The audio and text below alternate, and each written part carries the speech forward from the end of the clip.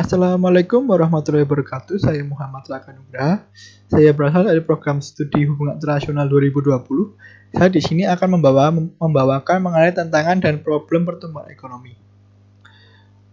Definisi pertumbuhan ekonomi. Definisi pertumbuhan ekonomi atau dalam bahasa Inggris disebut dengan economic growth merupakan proses kenaikan output per kapita yang dimiliki suatu negara dalam jangka waktu yang panjang atau perubahan tingkat kegiatan ekonomi suatu negara yang terjadi dalam periode tertentu atau akumulasi dari tahun ke tahun. Pertumbuhan ekonomi juga didefinisikan sebagai proses perubahan kondisi perekonomian suatu negara secara berkesinambungan menuju keadaan yang lebih baik dalam periode tertentu. Berikut pengertian menurut beberapa pengertian pertumbuhan ekonomi menurut beberapa para ahli. Yang pertama adalah Profesor Simon Kuznets. Menurut beliau, pengertian pertumbuhan ekonomi adalah adanya penaikan ekonomi pada suatu negara dalam waktu yang panjang. Yang kedua, MP Todara. Menurut beliau, pengertian pertumbuhan ekonomi adalah proses terbangunnya perekonomian yang semakin meningkat dari barang ataupun produk dalam suatu negara. Yang ketiga, menurut Budiono, menurut beliau, pengertian pertumbuhan ekonomi ialah suatu proses terbangunnya output per kapita jangka panjang yang bersumber dari proses interperekonomian itu sendiri. Yang keempat adalah Sadono Sugierno. Menurut beliau, pengertian pertumbuhan ekonomi ialah merupakan suatu perubahan tingkat kegiatan ekonomi dari tahun ke tahun.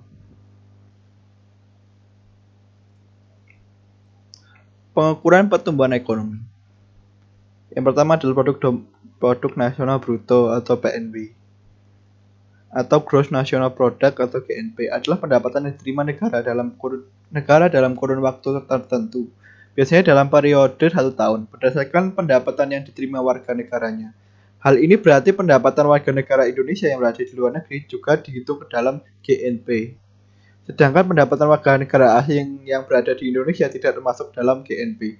Pendapatan yang termasuk dalam GNP juga harus merupakan produk barang jadi yang dilihat dari harga pasar yang berlaku pada periode yang akan dihitung. Sedangkan untuk menghitung pertumbuhan ekonomi menggunakan pendekatan PNB atau GNP adalah dengan membandingkan GNP di periode ini dengan GNP pada periode sebelumnya. Jika misalnya kita ingin mengetahui persentase pertumbuhan ekonomi di tahun 2016, kita perlu untuk mengetahui berapa jumlah GNP yang didapat Indonesia di tahun 2016 dan pada tahun 2015.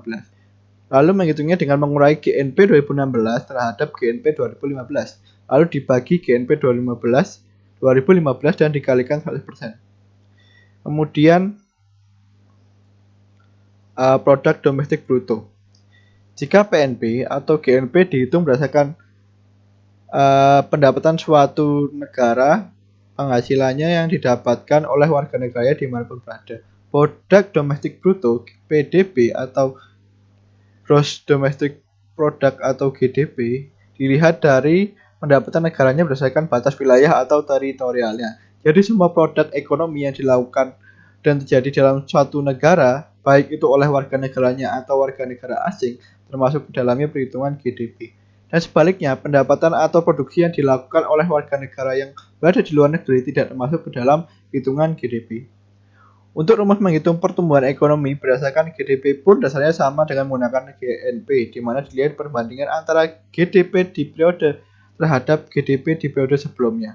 Misalnya Anda ingin mengetahui persentase pertumbuhan ekonomi di tahun 2015, maka Anda perlu mengetahui GDP di tahun 2015 dan GDP di tahun 2014.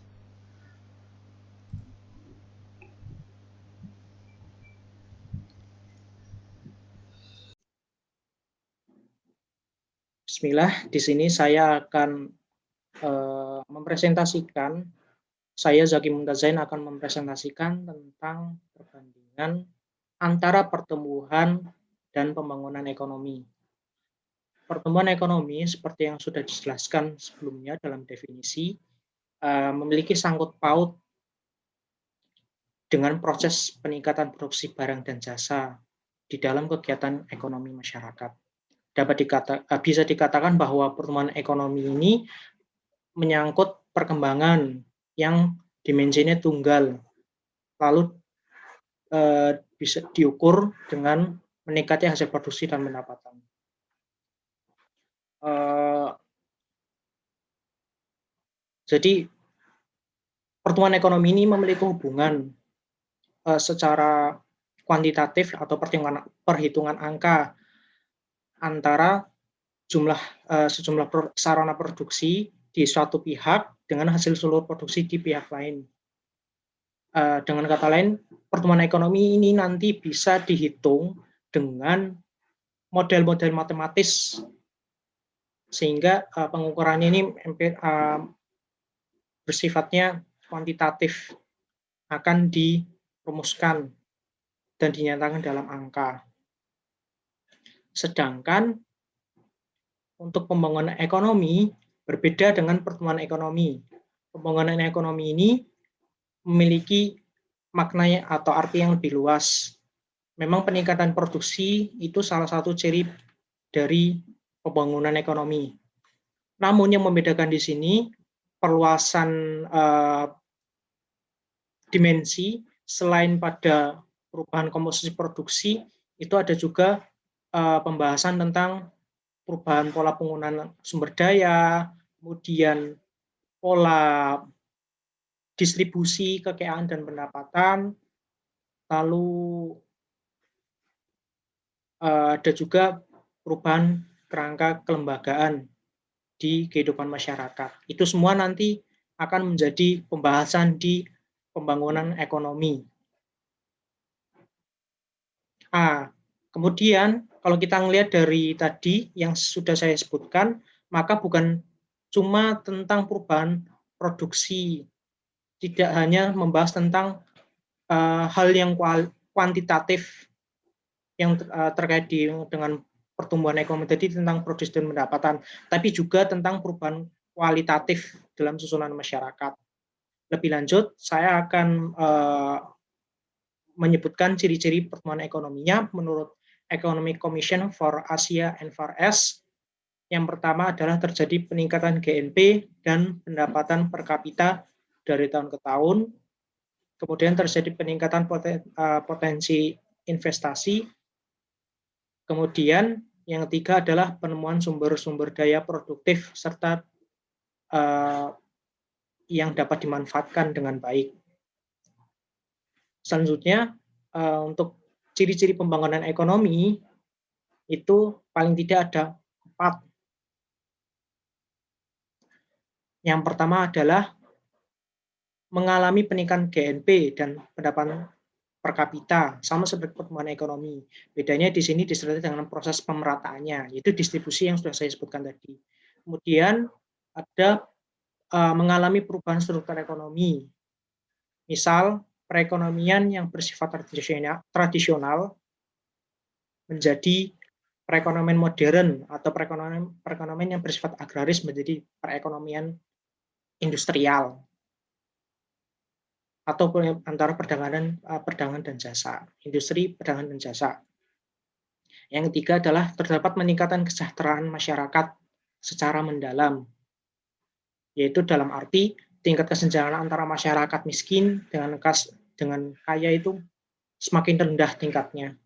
Dan yang keempat adalah penemuan baru, inovasi, serta adanya pengembangan dalam teknologi baru. Maka sini akan saya simpulkan kurang lebih ada 4. Yang pertama, antara pertumbuhan dan pembangunan ekonomi. Yang pertama, pertumbuhan ekonomi memiliki lingkup pembahasan lebih sedikit. Itu biasanya melihat dari PDB tahunan. Sementara kalau pembangunan ekonomi memiliki aspek yang lebih luas tidak dari PDB, tapi juga standar hidup masyarakatnya. Kemudian di pertumbuhan ekonomi, pertumbuhan itu hanya fokus ke pendapatan negara saja. Tetapi kalau pembangunan ekonomi itu melihat juga kepada peningkatan pendapatan dan kualitas hidup masyarakat. Untuk pertumbuhan ekonomi sendiri itu bisa dilihat dalam waktu singkat, biasanya per tahun. Tapi kalau pembangunan ekonomi dilihatnya dalam jangka lama. Dan yang terakhir, pertumbuhan ekonomi itu diukur secara kuantitatif. Sedangkan kalau pembangunan ekonomi tidak cuma kuantitatif, tapi juga kualitatif. Mungkin itu dari saya. Selanjutnya nanti akan dilanjutkan tentang hambatan dan masalah dan ekonomi oleh Nia. Sekian, terima kasih.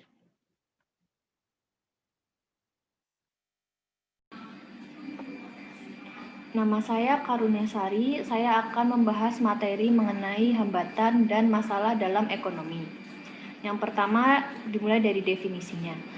Hambatan ekonomi adalah halangan dan juga rintangan yang membatasi sesuatu dalam bidang ekonomi. Kemudian definisi dari masalah ekonomi. Masalah ekonomi adalah segala macam problematika dan kesulitan yang dihadapi yang berhubungan dengan ekonomi. Perkembangan peradaban manusia dari waktu ke waktu memunculkan dua kategori masalah ekonomi, yaitu masalah ekonomi klasik dan modern. Masalah ekonomi klasik adalah masalah yang menyangkut sekelumit siklus ekonomi yang lebih sederhana, seperti produksi, distribusi, dan konsumsi atas barang yang dihasilkan. Siklus ekonomi tersebut berubah seiring dengan perkembangan zaman. Masalah ekonomi modern adalah problematika yang dihadapi siklus ekonomi dalam lingkup yang lebih kompleks. Tidak hanya menyangkut proses produksi yang sederhana, tetapi juga bagaimana cara memperoleh bahan baku untuk proses tersebut.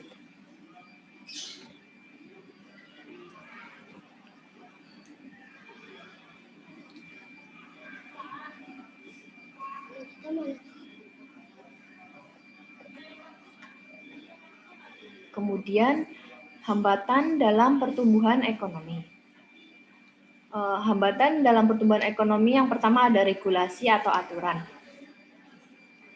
Regulasi atau aturan yang berlaku dalam negara dan cenderung membatasi ketimbang mendukung penciptaan bisnis akan menyebabkan terjadinya hambatan pertumbuhan ekonomi. Contohnya seperti regulasi tenaga kerja, regulasi perdagangan yang berbiaya mahal dan memakan waktu yang lama. Yang kedua ada institusi.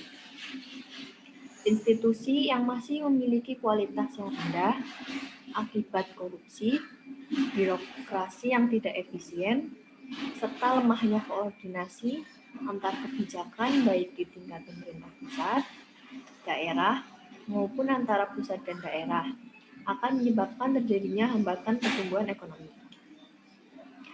Yang ketiga ada infrastruktur. Pengembangan infrastruktur masih menjadi kendala bagi pertumbuhan ekonomi Indonesia, terutama terkait konektivitas antar daerah.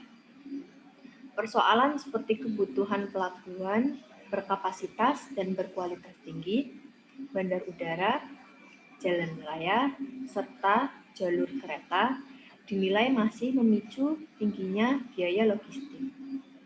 Kegiatan industri manufaktur yang berorientasi ekspor dan impor jelas masih membutuhkan pelabuhan yang lebih layak, termasuk di Pulau Jawa sebagai penyumbang terbesar perekonomian nasional. Yang keempat ada sumber daya manusia. Pembangunan suatu bangsa memerlukan aspek pokok yang disebut dengan sumber daya atau resource, baik sumber daya alam atau natural resource maupun sumber daya manusia atau human resource. Kedua sumber daya ini sangat penting dalam menentukan keberhasilan suatu pembangunan. Sejarah menunjukkan masyarakat bisa mencapai kemakmuran karena berhasil memanfaatkan sumber daya yang dimiliki. Pada dasarnya, sumber daya alam merupakan aset yang dimiliki suatu negara yang meliputi tanah dan kekayaan alam seperti kesuburan tanah, keadaan iklim atau cuaca, hasil hutan, tambang, dan hasil laut yang sangat mempengaruhi pertumbuhan industri suatu negara, terutama dalam hal penyediaan bahan baku produksi.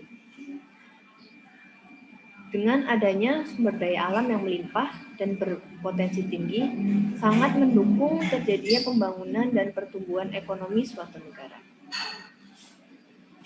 Namun, sumber daya alam yang ada tersebut tidak sendirinya diolah oleh alam. Akan tetapi, perlu adanya sumber daya manusia guna mengolah sumber daya alam tersebut. Keahlian dan kewirausahaan dibutuhkan untuk mengolah bahan mentah dari alam menjadi sesuatu yang memiliki nilai lebih tinggi atau disebut juga sebagai proses produksi.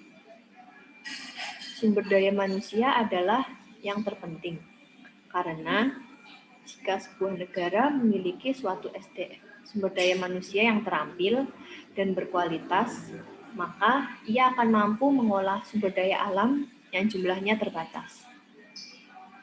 Pengembangan sumber daya manusia akan mendongkrak produktivitas tenaga kerja yang pada gilirannya akan menguatkan pula daya saing perekonomian Indonesia.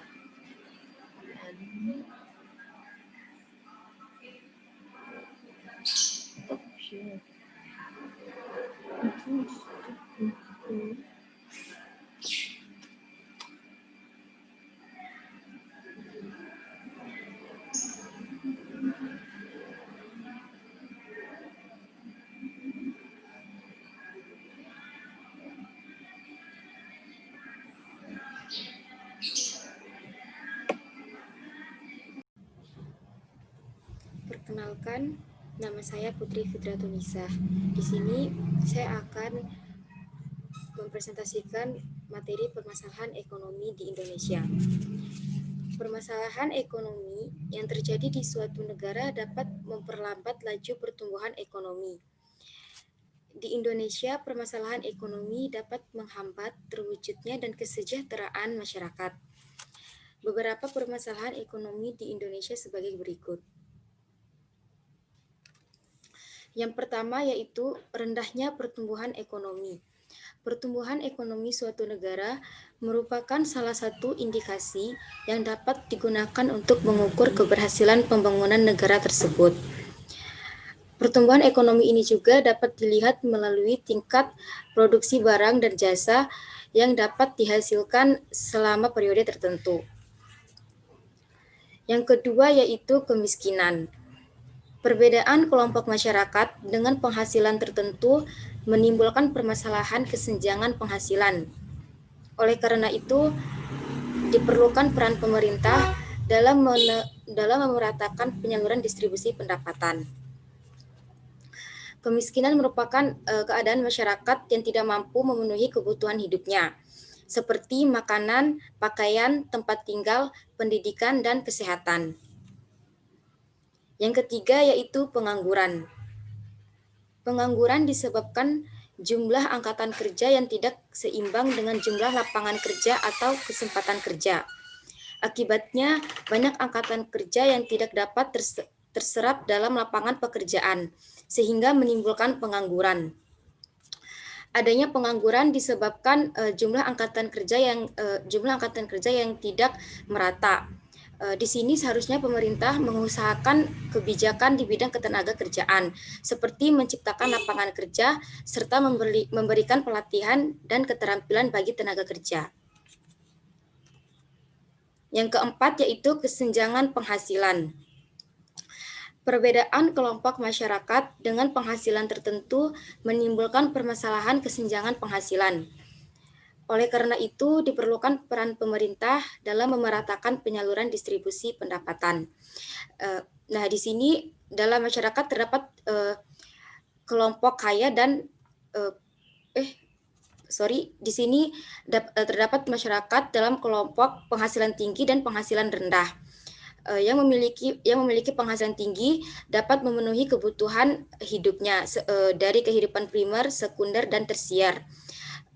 Sementara masyarakat yang memiliki penghasilan rendah tidak mampu memenuhi kebutuhan hidupnya meskipun kebutuhan dasar. Yang kelima yaitu inflasi. Berdasarkan data PBS, inflasi Indonesia pada tahun 2011 sebesar 3,79%.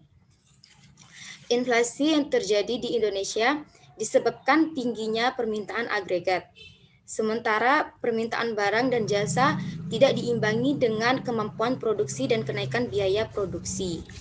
Inflasi ditandai oleh kenaikan harga barang dan jasa secara keseluruhan. Hal ini tidak menimbulkan penurunan daya beli. Hal ini dapat menimbulkan penurunan daya beli masyarakat terhadap barang dan jasa. Sekian presentasi dari kami. Lebih dan kurangnya kami mohon maaf. Assalamualaikum warahmatullahi wabarakatuh.